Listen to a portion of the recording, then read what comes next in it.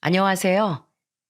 저는 얼마 전 사람이 자신을 위해서 어디까지 이기적일 수 있는지를 경험하게 된 60대 노년의 여성입니다. 저는 제 자신도 이기적인 사람이 되어보기도 하고 또 상대방의 이기적인 모습을 보면서 사람이라는 게 이렇게 나약한 존재구나라는 걸 뼈저리게 느끼게 되었어요. 하지만 이제는 서로의 그 이기적인 모습들을 다 이해하고 감사 안으며 잘 마무리가 되었는데요. 도대체 어떤 사연 때문에 이 소중한 경험을 하게 되었는지 지금부터 말씀드리겠습니다. 자식들은 다 품 안의 자식이라고 하죠. 항상 언제까지나 부모 곁에서 한결같이 있어줬으면 좋겠는데 어느 순간부터는 하나 둘씩 독립해 나가는 모습을 볼 때면 기특하면서도 아까운 마음이 참 크네요. 무엇보다 저는 눈에 넣어도 아깝지 않을 우리 막내 아들을 먼저 하늘로 떠나보내면서 참으로 힘든 시간들을 보내왔습니다. 저는 지금껏 지내면서 우리 세 자녀가 항상 행복하길 바랬어요. 그게 다 부모의 마음 아닌가요? 하지만 제 바람처럼 그리 쉽게 되진 않던 거 있죠. 저희 막내 아들 같은 경우엔 14살 때쯤에 혈우병이라는 희귀 질환을 겪게 되었습니다. 그때부터 온갖 치료를 다 받아봤지만 결국에는 피가 멈추지 않는 그 병으로 인해 세상을 먼저 떠나고 말았죠. 여러분들이 혈우병에 대해 얼마나 아실지 모르겠지만 참 옆에서 보기 힘든 병이더군요. 이 병은 우리나라에서도 2,000명 정도만 등록되어 있을 만큼 흔하지 않은 병이에요. 그 병을 우리 어린 막내가 겪었으니 얼마나 힘들었겠습니까? 근데 그때 당시 우리 막내한테 들어가는 치료 비용도 만만치 않았고 또 우리 살림살이를 이끌어 가야 했기에 저와 남편은 소머리 국밥집을 운영하면서 맞벌이를 해야 했어요. 그래서 늘 집을 비울 수밖에 없었죠. 그때 그 빈자리를 채워준 것이 바로 저희 첫째 딸이었어요. 저희 첫째 딸은 참 착하고 예뻤습니다. 그래서 자기 동생들을 누구보다도 잘 챙기는 아이죠. 특히나 막내가 첫째를 많이 따랐습니다. 둘째는 워낙에 내성적이라 조용히 혼자 노는 아이였다면 첫째는 막내를 데리고 많이 놀아주었고 막내도 그런 첫째를 많이 따랐죠. 언젠가 한 번은 우리 막내가 초등학생 1학년인가 2학년 때쯤 학교에서 가족들 그림을 그려온 적이 있었어요. 그때 막내가 그리고 온 그림을 보면서 저랑 남편이 얼마나 창피했었는지 모릅니다. 그러면서도 뿌듯함을 느꼈답니다. 그건 바로 우리 막내가 가족 그림에서 저와 남편은 아주 작게 그리고 자기 큰 누나는 엄청 크게 그려놨기 때문이었죠. 그게 뭐겠어요? 우리 막내한테는 자기 부모보다도 큰 누나의 존재가 훨씬 더 크다는 거잖아요. 막내에게 그런 존재가 되어주는 첫째가 기특하기도 하면서 애들을 잘 돌아보지 못했던 우리 부부의 소홀함에 더 반성을 하게 되었죠. 그럼 첫째는 막내가 혈우병 진단을 받게 되었을 때도 우리보다도 더 지극정성으로 돌봐주었습니다. 어느 날은 둘 다 식당 일을 마치고 지친 몸으로 집에 들어갔는데 잠들어 있는 우리 막내 얼굴을 쓰다듬으며 첫째가 이런 말을 하고 있더라고요. 지혁아, 너 살 수 있어. 이 누나가 있잖아. 너 어떻게든 살게 해볼게. 우리 지혁이가 힘내서 혈우병 따위 잘 무찌를 수 있도록 누나가 열심히 지혁이 간호해줄게. 그러니까 얼른 빨리 일어나서 누나랑 같이 네가 좋아하는 축구도 하고 떡볶이도 먹고 순대도 먹자. 그리고 누나가 라면도 실컷 끓여줄게. 네가 좋아하는 짜장라면 하루에 몇 번씩도 끓여줄 테니까 낫기만 해. 혈우병 이기고 일어나기만 해, 지혁아. 그 말을 하면서 홀로 눈물을 훔치고 있는 첫째 딸을 보면서 우리도 숨죽여 울 수밖에 없었습니다. 그 어린 것이 자기 동생을 돌보느라 얼마나 많은 고생을 하고 있는지 그때 알게 되면서 우리 부부도 더 막내를 살리기 위해서 안간 힘을 썼죠. 근데 그 노력이 무색하게도 우리 막내는 1년을 조금 넘기고서 바로 하늘로 먼저 떠나버리고 말았습니다. 얼마나 슬펐는지 모릅니다. 내 자식이 내 품에서 완전히 떠나버렸는데 어느 부모가 아무렇지 않을 수 있을까요? 하지만 우리보다도 더 많이 슬퍼한 게 바로 제 첫째 딸이었죠. 지혁아, 지혁아, 제발 죽지 마. 누나랑 같이 놀기로 했잖아. 너 꼭 나와서 누나랑 떡볶이도 먹기로 했잖아. 너 놀이동산도 너무 가고 싶다며. 놀이동산 가서 누나랑 무서운 놀이기구도 타고 학교 운동장에서 축구도 하고 싶다고 그랬잖아. 그 약속 지켜야지. 왜 먼저 가? 왜? 왜 누나랑 약속 안 지켜 너? 아니다. 내가 안 지킨 건가? 누나가 너 어떻게든 낫게 해준다고 했는데 누나가 약속 안 지켜서 너 삐져서 먼저 간 거야? 그럼 누나가 사과할게. 어? 지혁아, 누나가 이렇게 빌게. 누나 용서해주고 다시 돌아와 제발. 거의 실신하며 우는 제 딸아이의 모습을 보면서 저도 덩달아 눈물이 흘러넘쳤습니다. 그 모습을 우리 남편이 진정시키느라 고생을 많이 할 정도였죠. 우리 모든 가족들에게 막내 아들의 죽음은 너무나 큰 비극이었어요. 하루하루 텅 빈 것만 같은 시간들을 초반에 보내면서 우리 막내 아들을 보내주는데 기간이 필요했죠.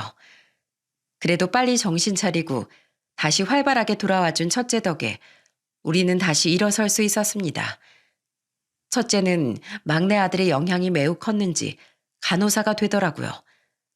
대학부터 간호대학에 들어가더니 열심히 노력해서 대학병원에까지 들어가 일을 하게 되었죠. 대학병원에서는 봉사 모임이 있었는데 거기도 열심히 따라다니면서 의료 봉사를 하더라고요. 거동이 불편하거나 취약 계층으로 계시는 어르신들에게 방문하면서 의료 봉사를 하는 거였죠.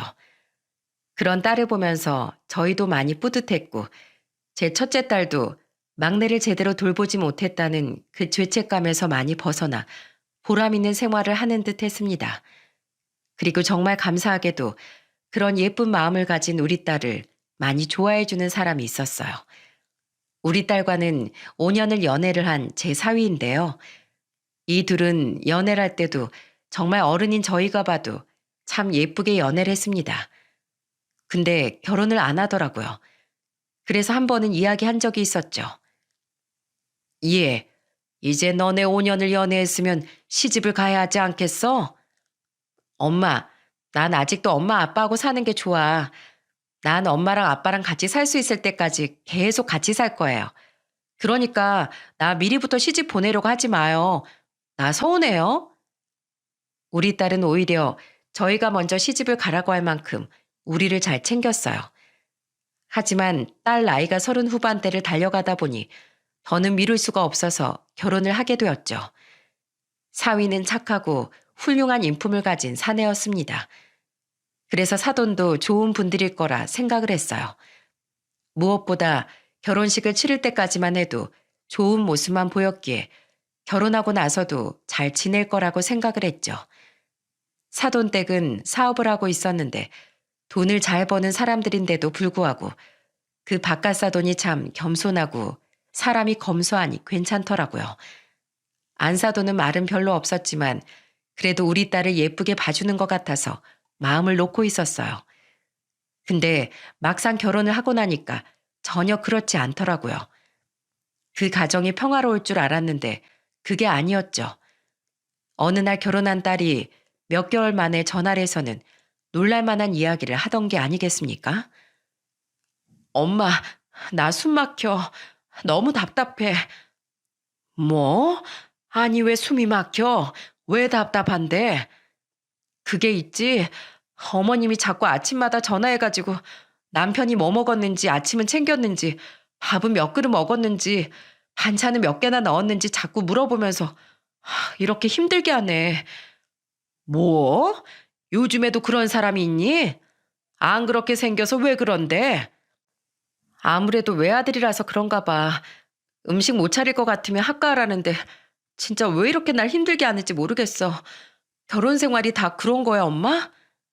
다 그런 거긴 거기가 유별난 거지.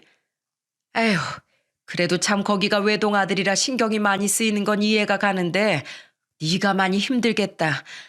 아직은 신혼초니까 어느 정도는 봤다가 나중에 가서 너도 한번 말씀드려라. 니네 결혼이니 알아서 하겠다고. 내가 내 시어머니도 겪어봤지만 매번 네네 한다고 해서 다 능사가 아니야. 확실히 말해야 할 땐 할 수 있어야 한다고. 그러니까 너무 당하지만 말고 어느 정도 받아주다가 기회를 보고 말해라.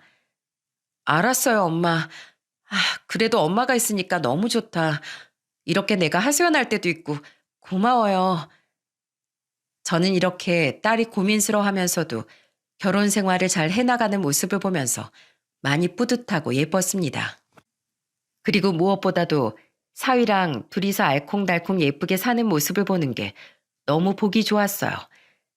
제 사위가 둘이 연애를 하기 전부터 열심히 따라다녔다는 걸 알았기 때문에 저는 사랑받는 딸의 모습이 뿌듯하기도 하고 또 그런 딸을 사랑해주는 사위를 보면서 고맙기도 했었죠. 한 번은 제 사위가 아무것도 아닌 제 딸을 너무 좋아하는 게 눈에 보이길래 제가 물어본 적이 있었습니다. 그리고 그때 사위의 대답에 감동을 받았어요.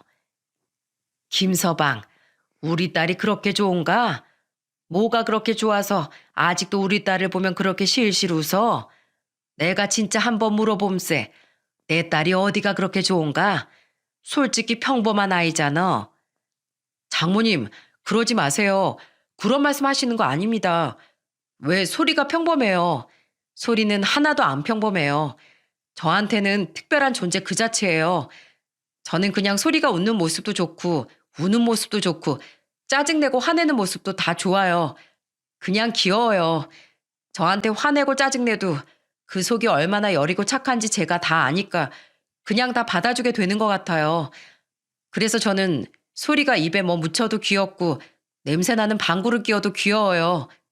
아, 아니 여기까지 말하고 보니까 저 좀 중증인가요? 너무 소리를 좋아하는 것 같은데요. 아, 진짜 큰일이네. 뭐야? 아이고, 자네 이렇게 능글맞은 데도 있었는가? 하여간 보기 좋네. 고마워. 우리 딸 그렇게 봐줘서. 내 딸이지만 내 딸이 자네 같은 남편 만난 게 얼마나 큰 복인지 몰라.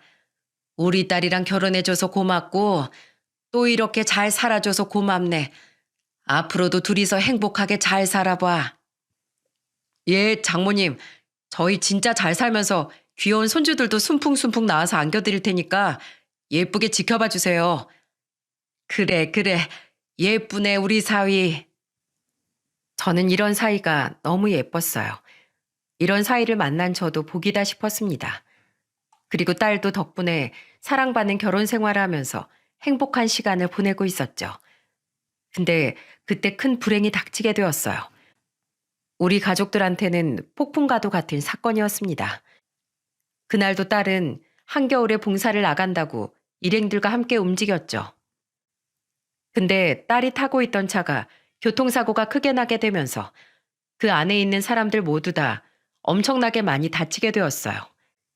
큰 트럭과 부딪히게 되면서 처참한 상황이 발생했는데 그때 5명 중에 1명은 사망을 하고 또 다른 2명은 중상을 입었고 딸과 다른 1명은 중환자실로 옮겨졌죠. 그만큼 엄청나게 큰 사고였습니다. 딸도 큰 상황을 피해갈 수 없었고 결국에는 사지마비 판정을 받게 되었죠. 딸은 자신이 사지마비가 되었을 때 엄청나게 힘들어했어요. 근데 누구라도 힘들어하지 않았을까요? 딸은 세상이 다 무너진 것처럼 울면서 힘들어했습니다. 엄마, 나 진짜 못 움직인대? 나 다신 걸을 수가 없대? 어? 나 진짜로 앞으로 평생 이렇게 살아야 한대요? 여보, 나 어떡해? 앞으로 나 어떻게 살아야 하는 거야? 좀 가르쳐 줘봐. 어? 나 어떻게 살아야 하는 건지 좀 가르쳐 줘봐. 아니면 그냥 죽으라고 해. 나 좀 그냥 제발 죽으라고 해줘. 딸은 울면서 너무나 힘들어했어요. 그때 사이도 엉엉 울면서 제 앞에 이런 약속을 해주더라고요. 여보, 그런 소리 하지 마. 내가 꼭 당신 일으킬 거야. 어떻게든 당신 걷게 해줄 거니까 걱정하지 말라고. 당신 제알만 잘하면 다시 움직일 수 있다고 했어. 내가 반드시 당신 일어나서 움직이게 해줄 거야. 장모님, 저 믿어주세요. 제가 어떻게 해서든 재활시켜서 장모님 딸 다시 움직이게 해드릴 테니까 저만 믿고 와주세요, 장모님. 저는 힘들고 불행한 와중에도 이런 사위의 든든한 모습 때문에 버틸 수 있었답니다. 그 이후에 사위는 정말로 노력을 많이 했어요. 회사 휴가까지 써가면서 우리 딸을 살리기 위해서 노력을 많이 했죠. 직접 대변도 다 봐주고 욕창이 나지 않게 매일 마사지 해주고 닦아주고 이리저리 옮겨가면서 고생을 죽도록 했습니다. 그러면서도 딸에 대해 원망 한번 하지 않고 사위는 늘 제 딸 옆에서 같이 음악도 듣고 책도 읽어주면서 딸이 마음의 안정까지 잘 가질 수 있도록 해주었죠. 여보, 이게 요즘 아이돌 최신곡이라는데 진짜 좋지 않아? 아, 당신이 움직일 수 있으면 우리 둘 다 거실에서 노래 틀어놓고 한참 춤추면서 놀았을 텐데. 그치? 난 자기랑 이렇게 노래 듣는 것만 해도 너무 좋지만 앞으로는 둘이서 다시 노래 틀어놓고 거실에서 둘이서 막 춤추면서 또 놀고 싶다. 그러니까 얼른 일어나자. 우리 예쁜 자기. 알았어, 여보. 나 얼른 일어나서 내가 또 웃긴 춤 막 춰줄게. 그럼 당신은 그거 보고 또 귀엽다고 해줘야 돼. 알았지? 아이, 당연하지. 근데 자긴 지금도 귀여워. 그냥 누워있는 모습도 사랑스럽고 다 예쁘니까 그건 걱정하지 마. 물론 내가 얼굴 못 닦아줘서 살짝 꼬질할 땐 조금 덜 귀엽긴 한데 그래도 귀엽긴 하니까 봐준다 내가. 뭐야, 진짜 나 놀릴 거야? 나 삐진다. 아이, 알았어. 삐지지 마. 삐지는 건 더 안 귀여우니까. 에이, 이 사람이. 치, 그래도 자기 때문에 내가 이렇게 웃는다. 고마워, 여보. 사위와 딸은 그 안에서도 예쁜 사랑을 하고 있었습니다. 그 덕분에 딸도 점점 안정을 찾아갔고 웃는 날이 훨씬 많아진 때가 오더라고요. 무엇보다도 딸은 사지마비가 되면서도 움직이지 않았던 엄지발가락이 세워지면서 기적의 희망을 보게 되었어요. 사실은 제 사위가 이걸 보면서 재활에 희망을 걸고 약속을 한 거였죠. 그렇게 우리 가족이 한 걸음 한 걸음 희망으로 나아가고 있을 때 우리에게 폭풍 같은 시간을 선물한 불청객이 찾아오게 되었습니다. 그 폭풍 같은 시간을 선사한 건 다름 아닌 사위의 엄마인 안사돈이었죠. 그때는 사위가 회사에 더는 휴가를 낼 수 없어서 회사에 가 있었을 때였어요. 저는 잠깐 화장실을 간 상황이었는데 화장실에 다녀오고 나니 안사돈이 와 있더군요. 하지만 와서 끝난 게 아니라 정말 말도 안 되는 광경을 만들어 놓고 있었습니다. 그래, 너 몸은 좀 어떠니? 네, 어머님 상황이 많이 좋진 않은데 조금씩 재활치료 받으면서 일어나 보려고 노력하고 있어요. 뭐, 그래? 그런 것 같네. 상황이 많이 안 좋아 보이네. 근데 뭐 너도 이왕에 살았으니 산 사람은 살아야 하지 않겠어? 근데 말이야, 그래도 주변 사람들까지 힘들게 하면서 사는 건 좀 아니지. 너도 알다시피 우리 아들, 외아들이다. 우린 우리 아들밖에 바라볼 게 없어. 니네 집안은 하나가 먼저 갔다고 해도 그래도 둘이잖니. 우린 하나야. 우리 아들 지금 회사도 어떻게 들어간 회사인데 너 때문에 휴가를 이렇게 밥 먹듯이 써서야 되겠니? 그리고 너 때문에 밥도 제대로 못 챙겨 먹고 있어. 너 하나 때문에 내 아들 지금 다 죽어간다. 사랑하면 살려야 될 거 아니냐? 근데 내가 걱정돼서 전화하면 허구한 날 울고 있어. 너 불쌍하다고, 네가 너무 가엾다고. 우리 앤 이렇게까지 널 사랑해서 네 옆에 붙어 있으려고 하는데 너도 우리 애를 진짜로 사랑한다면 이렇게 고생시킨다는 게 말이 되니? 이제 너네 결혼한 지 1년밖에 안 됐잖아. 너네 어차피 혼인신고도 안 했다며? 그때 내 나오면 하겠다고 미뤄서 뭔 정신인가 했는데 차라리 잘 됐다. 이참에 갈라서 혼인신고도 안 했으니까 결혼만 했을 뿐이잖아. 내가 이렇게 부탁하마. 이 말을 가만히 들을 수밖에 없었던 제 딸은 하염없이 눈물만 흘리고 있었습니다. 저는 그 모습을 보면서 너무나 기가 차고 황당했어요. 그래서 바로 달려가서 말을 했죠. 사돈, 그게 지금 무슨 소리예요? 이렇게 고통받고 있는 우리 딸한테 지금 무슨 짓이냐고요? 무슨 짓? 당신이야말로 내 아들한테 무슨 짓입니까?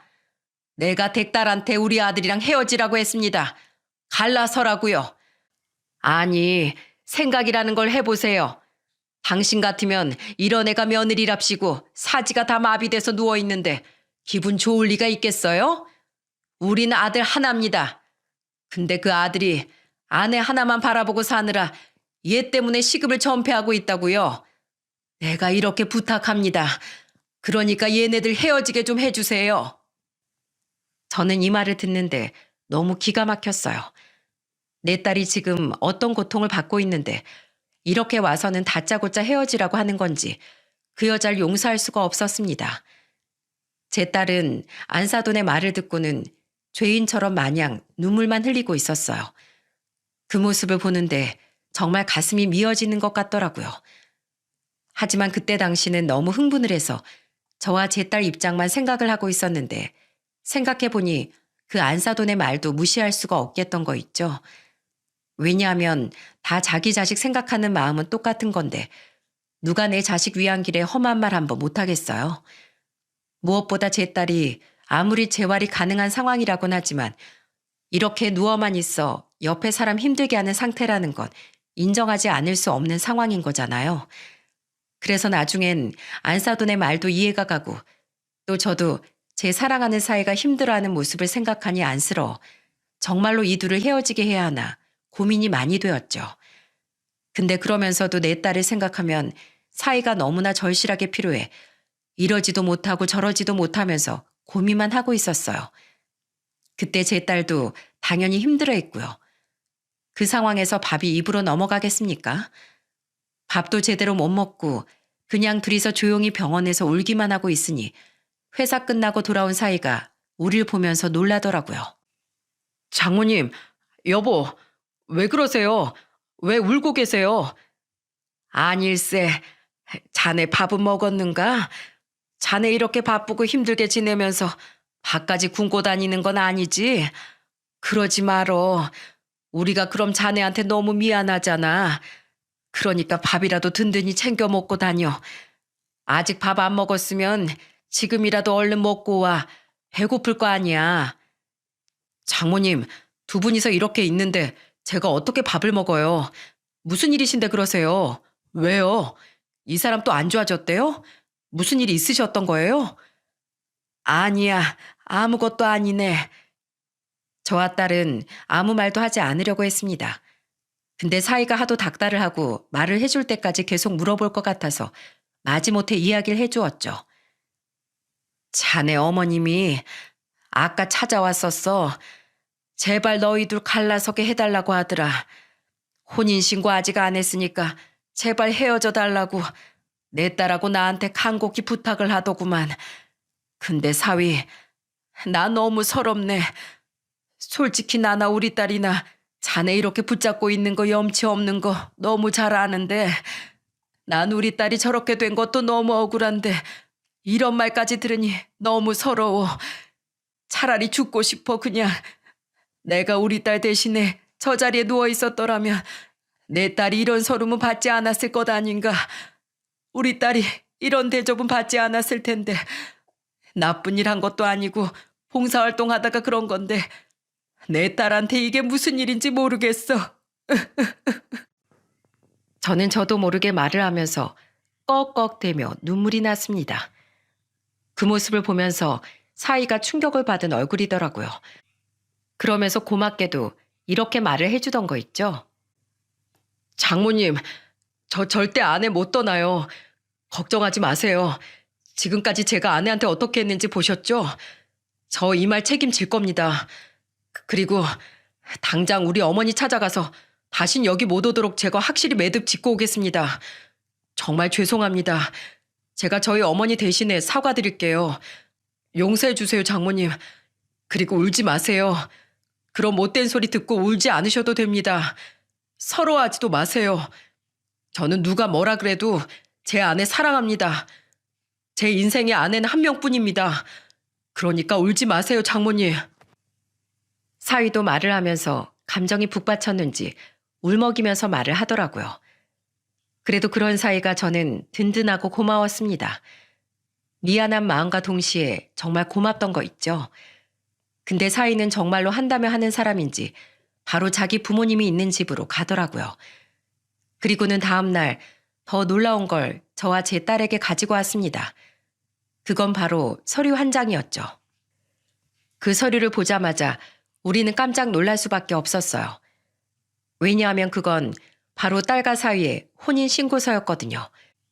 사위는 저를 안심시키기 위해 바로 사위와 딸과 정식 부부가 되었다는 증명으로 가족관계 증명서와 혼인신고서를 떼왔어요. 이게 뭔가?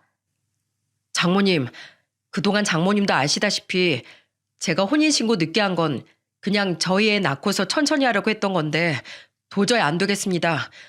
이렇게라도 제가 해야 장모님이 믿으실 거잖아요. 그리고 우리 아내, 이 사람 없으면 못 삽니다. 의사 선생님도 그랬잖아요. 재활하면 기적이 일어날 수 있다고요. 사지마비라고 해서 다 이렇게 움직이지 못하고 그러는 건 아니라고요. 저만 열심히 하면 일어날 수 있다고 하니까 저 어떻게든 이 사람 일어서게 만들 거예요. 저는 사위의 강단있는 말을 듣는데 눈에서 눈물이 주르륵 흐르더라고요.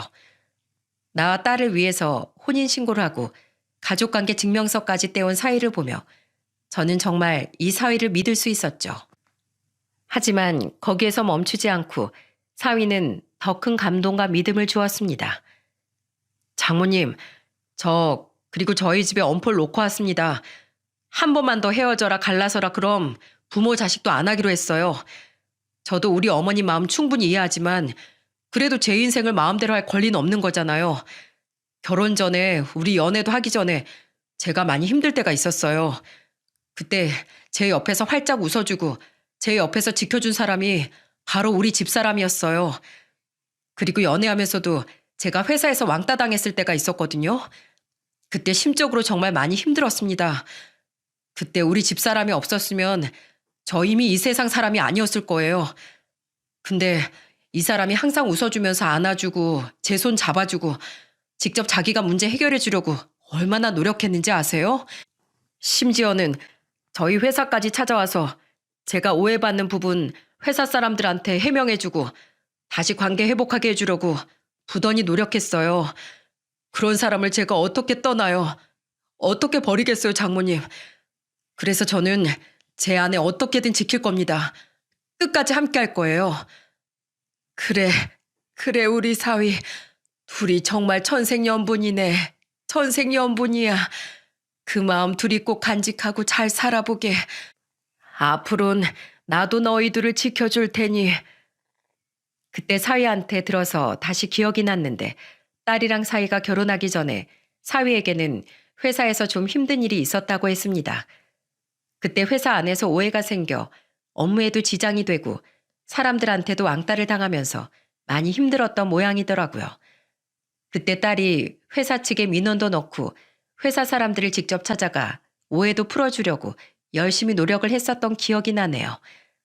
그렇게 서로를 위해서 희생하고 노력한 둘이었으니 어떻게 헤어질 수 있겠나 싶었죠. 사위는 그렇게 저한테 말만 한 게 아니라 행동으로서 모든 걸 보여주었고 그 혼인신고와 가족관계 증명서는 저한테만 보여준 것이 아니라 안사돈에게도 그대로 보여줬다고 했습니다. 근데 안사돈은 어떻게 된 일인지 저희 병원으로 찾아오진 않았지만 그 집안에서는 굉장히 크게 화를 내면서 집안을 발칵 뒤집은 듯 했습니다. 사위 말로는 그 서류들을 보여주자마자 이런 반응을 보였다고 하더군요. 그래, 너 이제부터 내 자식 아니야. 다신 우리 부모를 합시고 찾아오지 마. 넌 앞으로 우리 자식이 아니라 그쪽 집안 자식이니까 앞으로는 거기 사람들이랑 살아. 한 번만 더 찾아오기만 해봐. 내 가만 안 둘 거야. 안사돈은 너무나 분노를 했는지 엉엉 울면서 그 말을 던졌다고 하더군요. 거기에 사돈도 별말 없이 안사돈과 함께 사위를 외면했다고 했어요. 그 둘의 분노가 듣고만 있던 저에게까지 심하게 느껴졌지만 사위는 거기에서도 눈 하나 깜짝을 안 했습니다. 심지어 그쪽 집안에서 저희 집안하고도 인연을 끊고서 연락을 안 해오는데도 아무렇지 않게 지내더라고요. 하지만 그 속이 속이겠습니까? 얼마나 힘들까 싶어서 제가 오히려 사위한테 더 잘하려고 노력을 했고 몇 번이나 설득을 했죠. 김서방, 그래도 한 번씩 어머니한테 연락도 드리고 그래. 말은 그렇게 하셨지만 엉엉 울면서 말씀하셨다며. 그 속이 속이 아니실 거야. 그러니까 우리만 생각하지 말고 자네 어머니도 좀 생각하게나. 네, 장모님. 근데 아직은 때가 아닌 것 같아요. 조금 더 기다려야 할 것 같습니다. 그래도 저도 우리 부모님인데 언제까지고 외면할 생각은 없습니다. 다만 시간이 좀 필요할 것 같아서 거리를 두고 있는 것뿐이에요. 지금은 제 아내만 생각할래요. 장모님 마음은 잘 알지만 저희 조금만 더 시간을 가져요. 사위의 마음이 너무나 확고해 보여 저는 더 말을 꺼낼 수 없었습니다. 그 뒤로 우리 딸은 사위의 보살핌으로 긴 재활의 시간을 보냈습니다. 그 덕에 정말 기적 같은 일이 벌어지고 말았어요. 그건 바로 우리 딸이 조금씩 움직이기 시작했다는 거였죠. 정말로 기적이 일어난 시간이었습니다. 저나 사위가 부축을 하면 조금씩 걸을 수가 있었죠. 딸이 다시 걷는 모습을 보면서 저와 사위는 서로 부둥켜 안고 얼마나 울었는지 모릅니다. 정말 하늘에 감사했고 하늘의 신에게 감사했습니다. 이건 그냥 인간이 할 수 있는 일이 아니었어요. 지금도 딸이 처음 걷던 그 모습을 찍은 영상을 보면서 그때의 그 감격이 다시 되살아나 얼마나 많은 눈물을 짓는지 모른답니다. 그만큼 우리 딸이 걷게 된 건 기적 중에서도 기적이었어요. 그렇게 한참 다시 딸이 더 자연스럽게 자기 생활을 할 수 있도록 재활에 힘을 쓰고 있을 때 또다시 생각지도 못했던 인물이 우리를 찾아왔습니다. 그건 바로 우리와 인연을 끊고 다시는 자기 아들도 보지 않고 사돈인 우리와도 인연을 끊겠다고 난리를 친 안사돈과 함께 화를 냈던 바깥사돈이었죠. 그날도 저는 사위와 함께 딸이 재활치료실에서 재활치료를 받는 걸 지켜보고 있었어요. 딸은 하루하루 호전되어져서는 스스로 걸을 수 있는 힘이 늘어가고 있었죠. 물론 많이 넘어지고 있었지만 그래도 또 일어나려고 하더군요. 그 모습을 밖에서 뿌듯하게 바라보고 있다가 그냥 저도 모르게 뒤를 돌아봤다가 깜짝 놀랄 수밖에 없었어요. 왜냐하면 뒤를 돌아본 자리에는 우리 말고도 딸의 재활치료 과정을 보고 있던 한 사람이 있었고 그 사람은 우리 딸의 모습을 보면서 감격의 눈물을 조용히 숨죽여 흘리면서 바라보고 있었거든요. 그리고 그 사람은 바로 바깥사돈이었죠. 저는 너무나 놀라 바로 다가갔습니다. 아니, 바깥사돈 아니세요? 여긴 어떻게... 예, 제가 너무 늦게 찾아왔죠? 사돈, 이게 어떻게 된 일입니까? 이제 제 며느리가 걷네요. 정말로 걸을 수가 있게 되었네요. 기적이 일어났습니다. 정말로 제 며느리랑 제 아들이 해냈네요. 바깥사돈은 저희 딸이 걷는 걸 보면서 정말 감격에 젖은 목소리로 울면서 이야기를 했어요. 그러면서 엄청 좋아하더라고요. 그 이후에는 우리 딸이랑 대면을 했는데 그때도 우리는 놀랄 수밖에 없었습니다. 왜냐하면 정말 생각지도 못한 행동을 했거든요. 우리 며느리, 내가 너무 미안했다. 내가 사과하마. 내가 너무 못났었구나. 이젠 절대 반대 안 하마. 앞으로는 그냥 이렇게 행복하게 웃기만 하면서 살아다오. 정말 기특하다. 정말 장해. 우리 며느리. 이렇게 말을 하면서 제 딸을 꼭 안아주는 게 아니겠어요? 그 품에 안겨서 딸도 그동안 자기 때문에 남편이 부모님과 인연까지 끊었었던 게 마음에 많이 힘들었는지 정말 펑펑 울더라고요. 참 서로가 많이 이해가 되는 상황이었습니다. 근데 저는 그 사돈이 왜 그렇게까지 할 수밖에 없었나 이해가 되었어요. 아들이 하나밖에 없었는데 그 아들이 결혼 1년 만에 그런 꼴을 당했으니 당연히 부모 입장에서는 그런 선택에 그런 말을 할 수 있지 않겠습니까?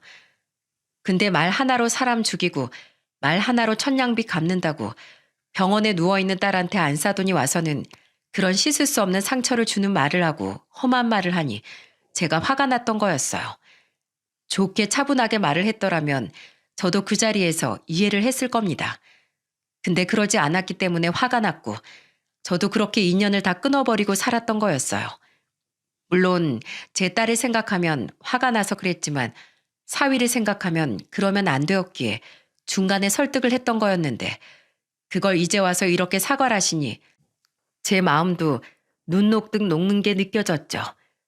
물론 안사돈이 아닌 바깥사돈이 와서 자신의 아내가 한 행동을 사과하고 그것을 방관하며 함께 동조했던 자신의 행동에 대해 사과를 한 거였지만 그래도 그것만으로도 저와 제 딸 그리고 사위는 마음이 풀리는 듯 했습니다. 근데 안사돈은 뭐가 그렇게 고집이 센지 아직까지도 우리는 물론이고 자기 아들과의 인연을 다시 회복시킬 생각이 없는 것 같더군요. 그래서 그때부터 우리는 바깥사돈하고만 왕래를 하면서 지내게 되었습니다. 그동안에 고맙게도 사돈은 자주 병원에 와서 자신의 며느리를 많이 돌봐주었어요. 그러면서 또 이런 말도 해주더라고요. 며느라, 미안하다. 이제 와서 내가 비로소 시아버지 노릇을 조금이나마 해주는구나. 그동안 얼마나 섭섭했니? 얼마나 우리가 원망스러웠을까? 정말 미안했다. 그래도 나도 네가 한동안은 많이 원망스러웠는데 그래도 이렇게 잘 일어나 준 걸 보니까 기특하고 고맙네. 우리 며느리 앞으로는 더 많이 걷고 더 많이 회복하자. 이젠 내 아들 말고도 이 시애비도 널 위해서 노력하마. 아버님, 감사합니다. 그래도 전 지금이라도 이렇게 아버님이 저한테 찾아와 주시는 것만 해도 감사해요. 저 더 노력할게요. 그래서 저도 아버님께 며느리 노릇 다시 잘 해볼게요. 이 둘의 대화를 듣는 게 저와 사이는 꿈만 같았어요. 얼마나 보기 좋던지요. 이렇게 이 둘의 관계가 회복되어 가는 중에도 안사돈은 찾아올 기미가 안 보였습니다. 근데 보다 못하겠는지 바깥사돈이 큰 결단을 하고 또 행동으로 옮겼더라고요. 그건 바로 몇 달 뒤에 바깥사돈이 안사돈을 끌고 온 일이었죠. 제가 집사람 데리고 왔습니다. 이 사람 스스로 오면 좋겠는데 무슨 고집이 그렇게 센지 제가 데리고 왔어요. 자, 당신 빨리 사과드려. 당신이 실수했었잖아. 몇 년 전에 찾아와서는 얼마나 심하게 했어. 그러니까 당장 사과드려. 당신도 솔직히 이제 무슨 잘못했는지 잘 알고 있지? 깨달았잖아. 그러니까 정중하게 사과드려. 바깥사돈은 쭈뼛거리며 서 있는 안사돈을 부추겼고 안사돈은 한참을 눈도 못 마주치고 쭈뼛거리며 서 있다가 겨우 힘겹게 한마디를 떼더라고요. 사돈, 그리고 아가, 미안합니다. 내가 큰 실수를 범했어요. 저도 제 행동이 잘못되었다는 거 압니다. 근데 제가 부모라 어쩔 수가 없었어요. 우리 아들이 너무 귀해서 나로서도 어쩔 수 없는 행동이었습니다. 그때 당시 우리 아들이 시근까지 전폐하면서 자기 아내한테만 매달리니까 그 모습을 보는 게 너무 힘이 들었어요. 그래서 그랬던 거니 너그럽게 용서해 주세요. 멋쩍다는 듯이 말을 시작한 안사돈은 이내 감정이 북받쳐 흐르는지 결국엔 울면서 말을 이어가더라고요. 우리 아들, 내 아들을 제가 어떻게 키웠는데요. 옥신각신 키우면서 혹시라도 어디 아픈 데는 있지 않을까. 혹여 무슨 걱정이 있지는 않을까. 얘가 힘든 일이 있는 건 아닐까. 전 이렇게 평생 우리 아들을 생각하며 걱정하면서 데리고 살았습니다. 작은 상처 하나 나는 것도 아까워서 못 보겠던 그런 아들이 다 죽어가는데 어떤 부모가 좋아하겠어요. 그때는 저 며느리만 없으면 우리 아들이 살 수 있을 거라고 생각을 했습니다. 그래서 그랬어요. 그래서 그 못난 짓을 했습니다. 너무 죄송합니다.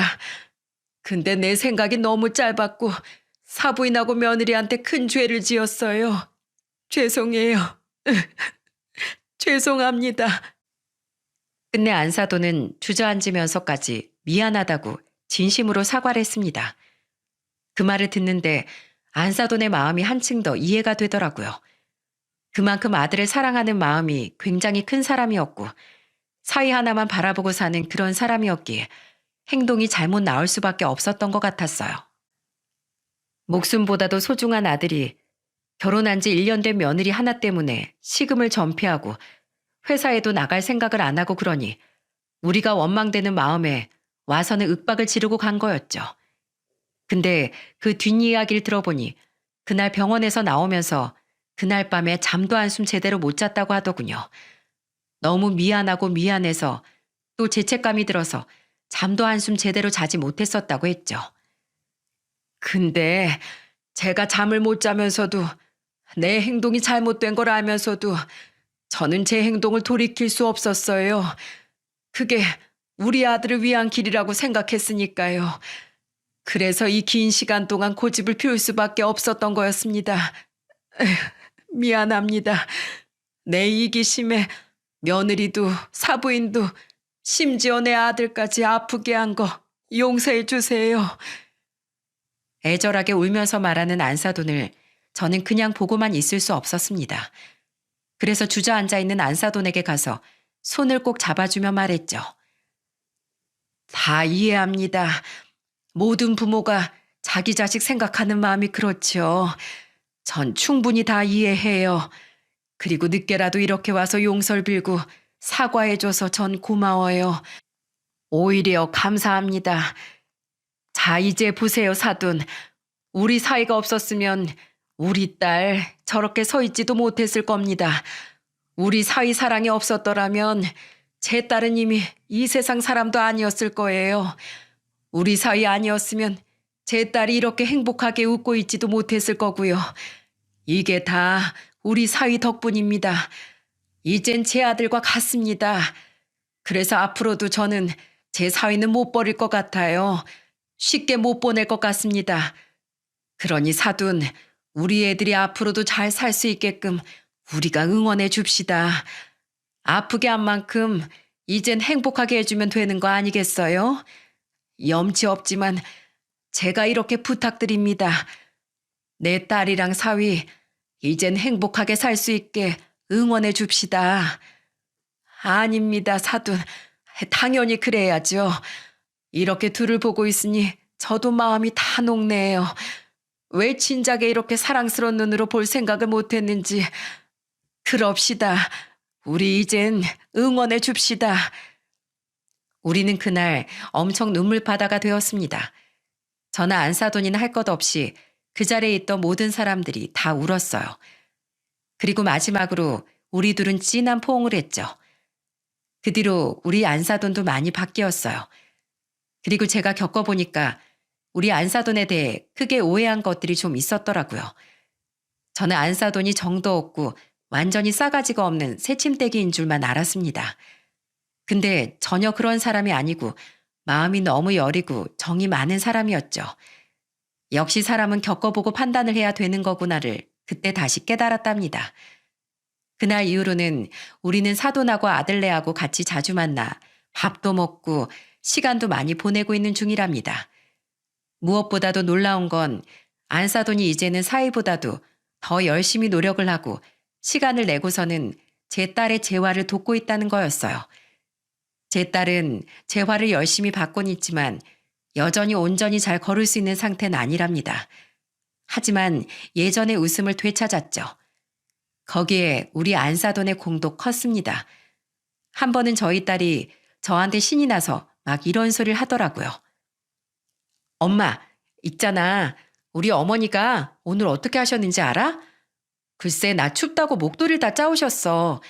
집에서 손수 짰다면서 내 목에 막 둘러주시던 거 있지? 그것뿐만이 아니야. 뜨거운 물을 가지고 오시더니 나랑 한참 밖에서 걷고는 나 발 피곤할 거라면서 뜨거운 물로 마사지하면서 씻겨주셨어. 아니, 어머님이 이렇게까지 바뀌실지 누가 알았겠어. 뭐? 안사돈이? 정말로 너한테 그랬단 말이야? 진짜 놀랍지? 그것뿐만이 아니야. 요즘엔 남편보다도 내가 좋아하는 음식 챙겨주시느라 더 바쁘셔. 이번에 내가 좋아하는 불고기에다가 계란 장조림 만드신다고 얼마나 바쁘게 주방을 왔다 갔다 그러셨는지 몰라.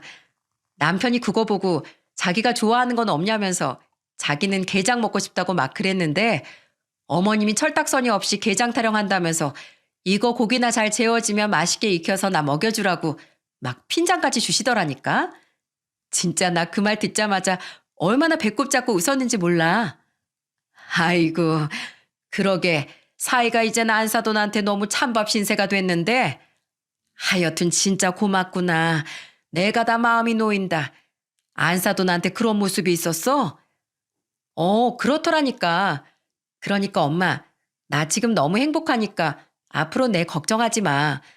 엄마가 요즘도 내 모습 보면서 뒤에서 한숨 쉬는 거 나 알아. 근데 나 이제 진짜 괜찮아. 여기에서 나 더 좋아지지 않는다고 하더라도 괜찮아. 정말 살만하거든. 근데 앞으로도 난 계속 노력할 거고 내 사랑하는 가족들 위해서라도 열심히 살 거야. 그리고 내가 이번에 크게 아프게 되면서 깨달은 게 있어. 나는 진짜 복 받았다는 거. 우리 어머님도 그렇고 남편도 그렇고 내 주변엔 날 사랑해주는 사람들이 많아서 참 행복한 인생이라는 걸 느끼게 됐어. 그래서 나 오히려 더 행복해. 지금 삶에 더 만족한다고. 그러니까 엄마도 앞으론 나 때문에 한숨 쉬지 말고 웃어. 알았지? 그래, 알았어. 내 딸, 앞으로 네 엄마가 웃을게. 많이 웃을게. 그렇게 우리 딸은 좋게 회복이 되어가고 있습니다. 사고 이후에 6년이 지나 있는 이 시점에 우리 딸은 많이 변했더라고요. 그것도 몸과 마음이 아주 건강하게요. 저는 그것만으로도 만족스럽다고 여기고 있어요. 여전히 사위와 딸은 행복하게 잘 살고 있고 지금은 안사돈과 저도 많이 친해져서 둘이서만 따로 만나 밥도 먹고 시간도 보낼 정도로 관계가 회복이 되었답니다. 여러분, 사람은 본디 본능이 자기 자신을 지키게끔 되어 있잖아요. 그리고 그 누구보다도 자신과 자신이 사랑하는 사람의 행복이 중요한 게 사람 아니겠습니까? 그건 짐승도 마찬가지잖아요. 그렇기 때문에 안사돈은 자신의 사랑하는 아들을 위해서 그렇게 이기적이게 될 수밖에 없었던 거였어요. 저 역시도 마찬가지로 제 딸을 생각하니 사이가 절실하게 필요해 이기적인 걸 알면서도 붙잡고 있을 수밖에 없었고요. 결국에는 서로가 서로에게 이기적인 모습이었다는 걸 저는 시간이 많이 흐른 뒤에야 알 수 있었습니다. 하지만 이 끝이 잘 마무리가 되어서 이제는 서로 공생하는 사이가 되었으니 얼마나 다행이에요. 제가 이 사연을 쓰게 된 이유도 여러분도 이 세상을 살면서 결코 혼자 살 수 있는 세상이 아니기 때문에 지금 사랑하는 사람들이 있다면 그리고 주변에 함께하고 있는 사람들과 함께 지내면서 자신의 유익만 따지면서 이기적으로 사는 게 아니라 우리는 더불어서 함께 살아가야 한다는 사실을 늘 잊지 마시고 공생관계 안에서 서로 도와가며 사시기를 바라는 마음으로 쓰게 된 거예요. 그러니 부디 앞으로 소중한 사람들과 힘든 일도 좋은 일도 기쁘고 슬픈 일도 모두 다 함께 하시면서 서로가 서로에게 행복이 되는 인생을 사시기를 바라겠습니다. 그리고 앞으로 우리 딸과 사이도 더 행복하게 지낼 수 있도록 응원해 주세요. 저의 사연 들어주셔서 감사합니다.